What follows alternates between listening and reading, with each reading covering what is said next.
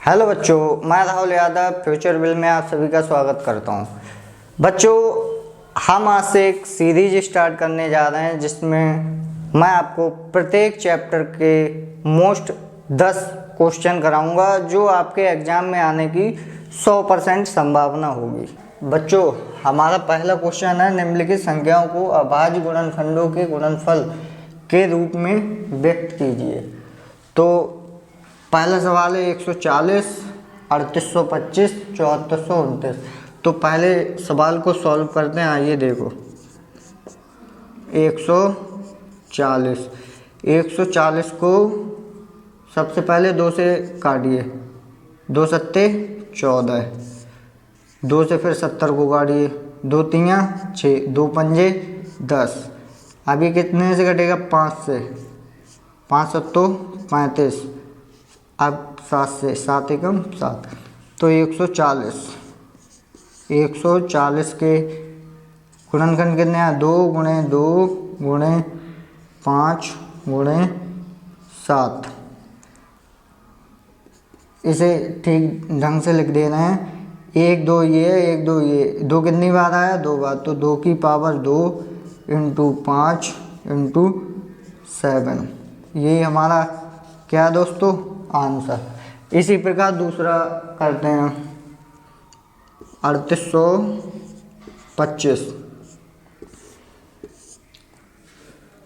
2 से ये नहीं कटेगा क्योंकि ये लास्ट वाली संख्या हमारी कैसी संख्या है? विषम संख्या। विषम संख्या हमारी 3 से 2 से नहीं कटती है। तो ये हमारा किससे कटेगा? 3 से। 3 एकम 3, 3 दूनी 6, कितना बचा यहाँ पे? 2, 2 2 कितना हो गया? 3 सत्तों 21, कितना बचा यहाँ? 1, 3 पंजे 15। अब फिर 3 से काटो, 3 चौक 12, 3 दूनी 6, कितना बचा? 1, 3 पंजे 15। अब ये कितने से कटेगा? 5 से, 5 अट्ठो 40, कितना बचा? 2 पचम 25। अब ये कितने से कटेगा? 5 से, 5 एकम 5, कितना बचा? 3, और 3 और 5 35, 5 सत्तों 35। अब ये कितने से कटेगा? 70, 70 एकम 17। तो हमारा 3825 का जो गुणनखंड निकल के आया वो क्या है? 3 गुणे 3 गुणे 5 गुणे 5 गुणे 17। 3 कितनी बार आया? 2 बार। 3 की पावर 2 इंटू 5 की पावर 2 इंटू 17, यही हमारा क्या है दोस्तों? आंसर। इसी प्रकार तीसरा देखो, 74,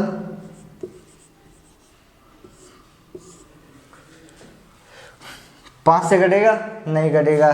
7 से नहीं कटेगा, 9 से नहीं कटेगा, ये कटेगा दोस्तों 17 से।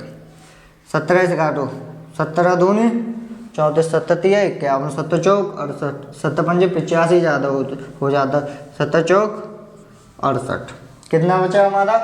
6। अब ये कितना हो गया? 62, 70 चौक 68 ज़्यादा हो गया, 70 तियो 51, 70 तियो 51 और 62 51, कितना बचा? 11। अब बता दे 9, 119, 17 सत्ते 119। अभी कितने से कटेगा? 17 और 2, अब ये कटेगा 19 से, 19 दूनी 38, कितना बचा? 5, 5 7 57, 19 तियो 57। अभी कितने से कटेगा? 23 से, 23 एकम 23, यानी कि 74 29 बराबर हमारा कितना आया? 17 गुणे 19 गुणे 23, ये हमारा बच्चों आंसर है। ठीक है, इसी प्रकार हमारे ये 3 सवाल कंप्लीट हुए। अब आगे दूसरा सवाल देखना बच्चों, इसे रफ कर लेते हैं, फिर ये अगला वाला सवाल करेंगे। बच्चों, इसी प्रकार हमारा ये दूसरा सवाल है, इसे सॉल्व करते हैं। 336 के अभाज्य गुणनखंड कर लेते हैं। 2 से काटो, 2 एकम 2 छंग 12, 2 अट्ठे 16, फिर 2 से काटो, 2 अट्ठे 16, 2 चौक 8, 2 चौक 8, 2 एकम 2। अब ये 41 कितने से कटेगा? 41 भाई सॉरी 2 दूनी 4, फिर 2 से काटो, 2 दूनी 4, 2 एकम 2। अब ये 3 से कटेगा, 3 सत्तो 21, 7 एकम 7। इसी प्रकार 54 के निकालो अभाज्य गुणनखंड। 2 से 2 दूनी 4, 1 बचा, 2 सत्ते 14। अब ये 3 से कटेगा, 3 नेम 27, 3 तियो 9, फिर 3 से 3 एकम 3। अब देखो 336 के गुणनखंड कितने हैं? 2 इंटू 2, 2 इंटू 2 इंटू 3 इंटू 7। और 54 के कितने आए? 2 इंटू 3 इंटू 3 इंटू 3। तो सबसे पहले हम HCF निकालेंगे कितने का? 336 कामा 54 का। तो HCF कितना है हमारा? 2 यहाँ भी है, 2 यहाँ भी है, 3 यहाँ है, 3 यहाँ है, और बाकी कॉमन है और कुछ नहीं है। तो 3 दूनी 6, यानी कि 2 गुणे 3 बराबर 6 आया हमारा HCF। और LCM कितना आएगा? LCM 336 कामा 54 का। तो देखो जो कॉमन है पहले वो लिख लो, 2 इंटू 3, 2 इंटू 3। अब कितना बचा? 3 यहाँ बचा, 3 यहाँ बचा, तो इंटू 3 इंटू 3। अब ऊपर कितना बचा? 2 2 2 और 7, 2 2 2 और 7। अब इनकी मल्टीप्लाई करो, 7 दूनी 14, दूनी 28, दूनी 56, 56, 2 तियाँ 6, तियाँ 18, 18 दिया 54, 54 इंटू 56, 6 चौक 24, 6 पंजे 30 और 2 32, 5 चौक 20, 5 25 और 2 27, 4 2 0 3। यानी कि हमारा जो LCM आया वो कितना आया? 3024। इनका LCM कितना आया? 3024। ठीक है, अब जांच कर लो सत्यता की।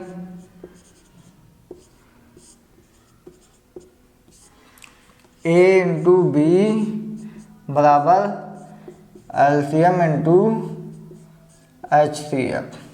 ए कितना है? 336 इंटू 54 बराबर LCM कितना है? 3024 इंटू HCF कितना है? 6।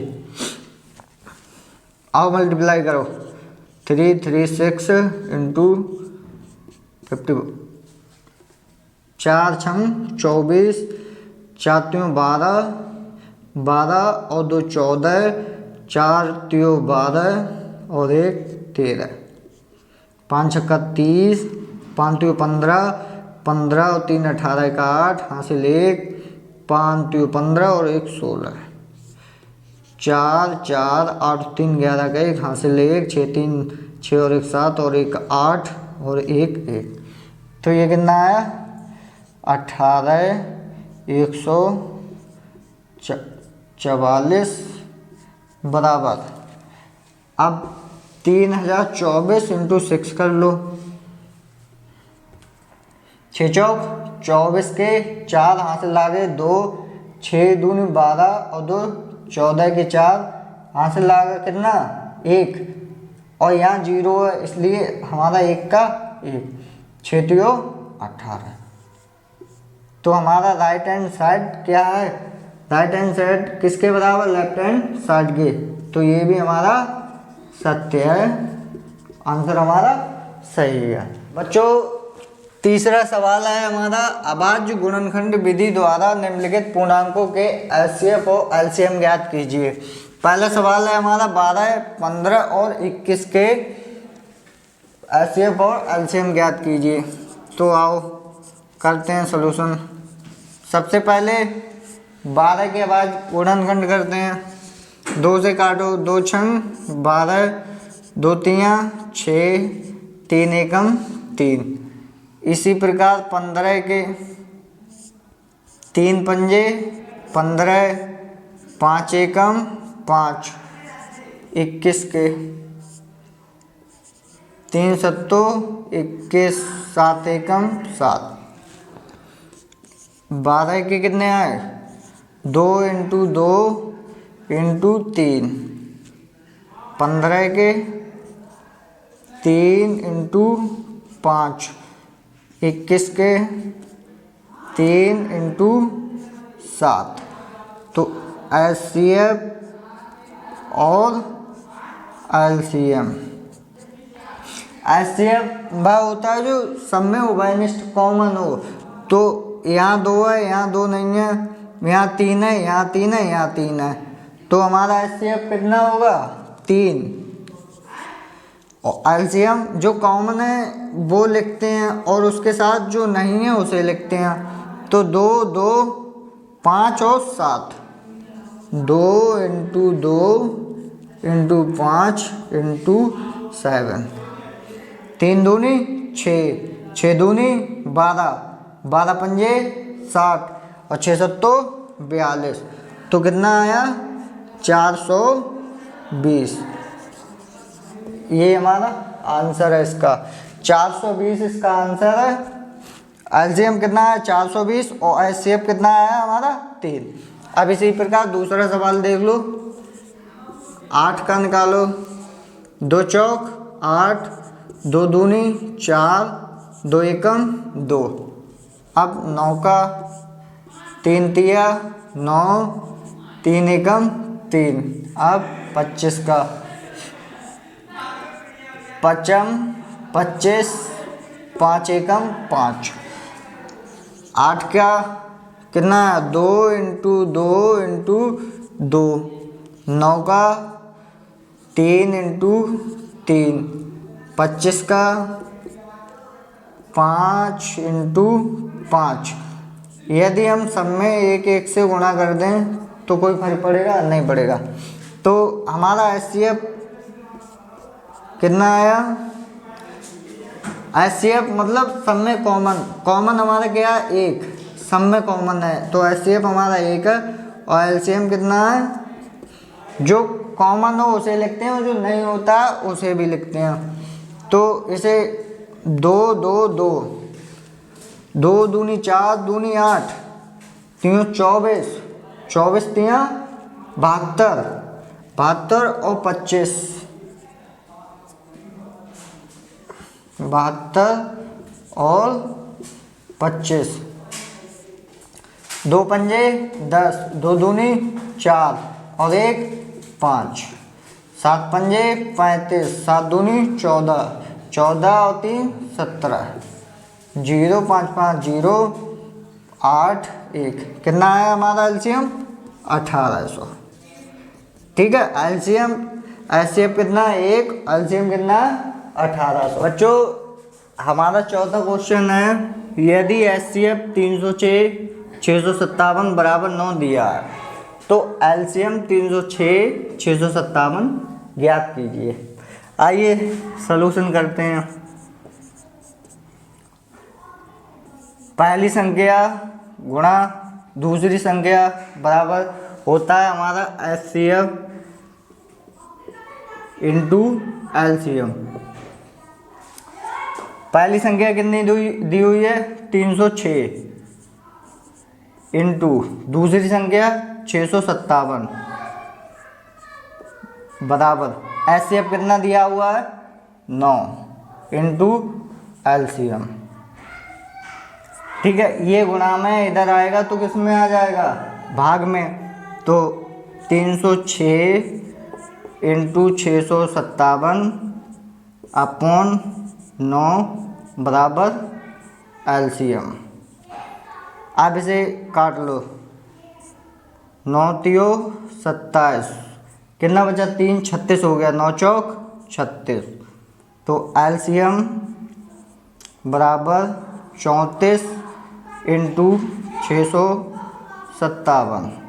इसकी मल्टीप्लाई करो, आंसर आ जाएगा। चलो करते हैं, 657 इंटू 34, 7 चौक 28, 4 पंजे 20 और 2 22 के 2 हाथ से लगे 2, 4 चंग 24 और 2 26, 3 सत्तो 21, 3 पंजे 15 और 2 17 के साथ हाथ से ले 3 छक 18 और 1 19, 8 का 8, 2 और 1 3, 6 और 7 13 का 3 हासिल 1, 9 2 11 और 1 12 के 2 हासिल 1, 1 और 1 2, 22 33 8।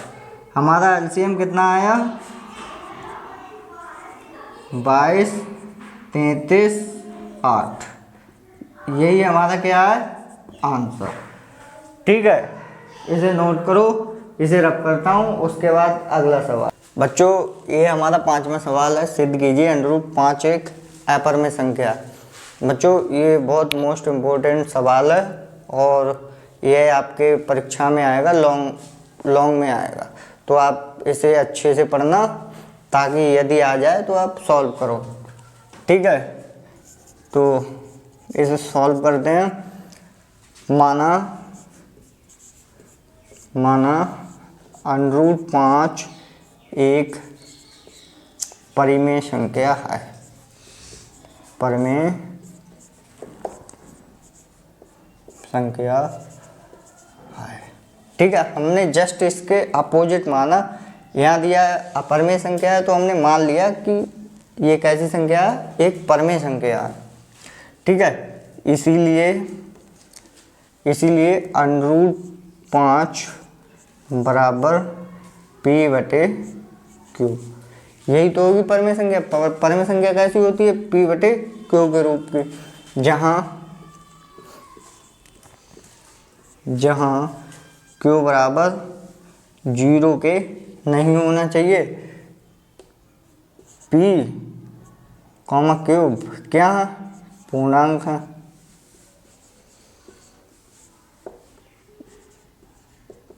ठीक है, पूर्णांक है। तो √5 ये P/Q, Q इधर बटे में, इधर आए हो तो किस में आ जाएगा? गुणा में, बराबर P। दोनों तरफ वर्ग करने पर लिखो, इधर दोनों तरफ वर्ग करने पर, दोनों तरफ वर्ग कर दो। P का स्क्वायर बराबर √5 इंटू क्यूब का स्क्वायर, वर्ग खोलो। P स्क्वायर बराबर √5 का जब वर्ग खोलोगे तो 5 आएगा। क्यूब का वर्ग क्या होगा हमारा? क्यूब स्क्वायर होगा। ठीक है, ये समीकरण हमारी क्या है? एक। अब यहाँ क्या है? P स्क्वायर जो है वो 5 से क्या है? विभाजित है यहाँ पे। तो यहाँ पे लिख दो, यहाँ P स्क्वायर 5 से विभाजित है तथा P भी 5 से विभाजित है। ठीक है, अब यहाँ पे P बराबर हम 5C रख लेंगे। रखने पर ये 5C क्यों रखा? क्योंकि यहाँ √5 है, तो जब 5 है तो हमने 5 रख लिया। ठीक है, यदि 7 होता तो हम 7 रख लेते। तो यहाँ पे P की वैल्यू समीकरण 1 में रखने पर, ठीक है, रखो 5C का स्क्वायर बराबर 5 क्यूब स्क्वायर। इसका वर्ग कर दो 25, 5 का वर्ग कितना होता है 25 इंटू सी स्क्वायर बराबर 5 क्यूब स्क्वायर। 5 से ये कट गया तो कितना आया 5c स्क्वायर बराबर क्यूब स्क्वायर। इसे समीकरण 2 बोल दो। अब जो लैंग्वेज यहाँ लिखी है यहाँ क्या है, क्यूब स्क्वायर किससे विभाजित है 5 से, तो यहाँ पे लिखो यहाँ क्यूब स्क्वायर 5 से विभाजित है तथा क्यू भी 5 से विभाजित है। क्यू भी हमारा क्या है 5 से विभाजित है। अब यहाँ पे देखो समीकरण 1 व समीकरण 2 यहीं पे कर ले रहा हूँ मैं।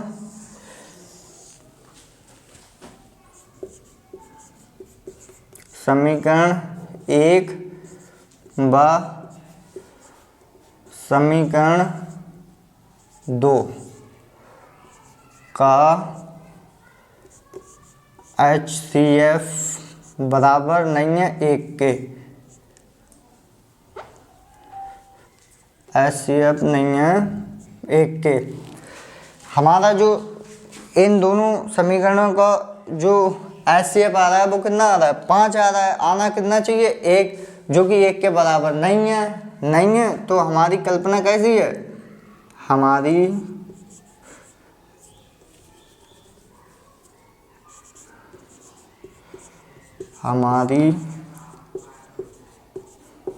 कल्पना गलत है। अतः √5 एक अपर में संख्या है। ठीक है, इसलिए हमारी कल्पना गलत है, अतः √5 एक अपर में संख्या होगी। आप इसे अच्छे से बार बार प्रैक्टिस करना, और यदि वीडियो आपको अच्छा लगे तो लाइक करना, चैनल को सब्सक्राइब करना, ताकि हमारे नए नए वीडियो सबसे पहले आपको मिल जाए देखने को। धन्यवाद। जय हिंद, जय भारत।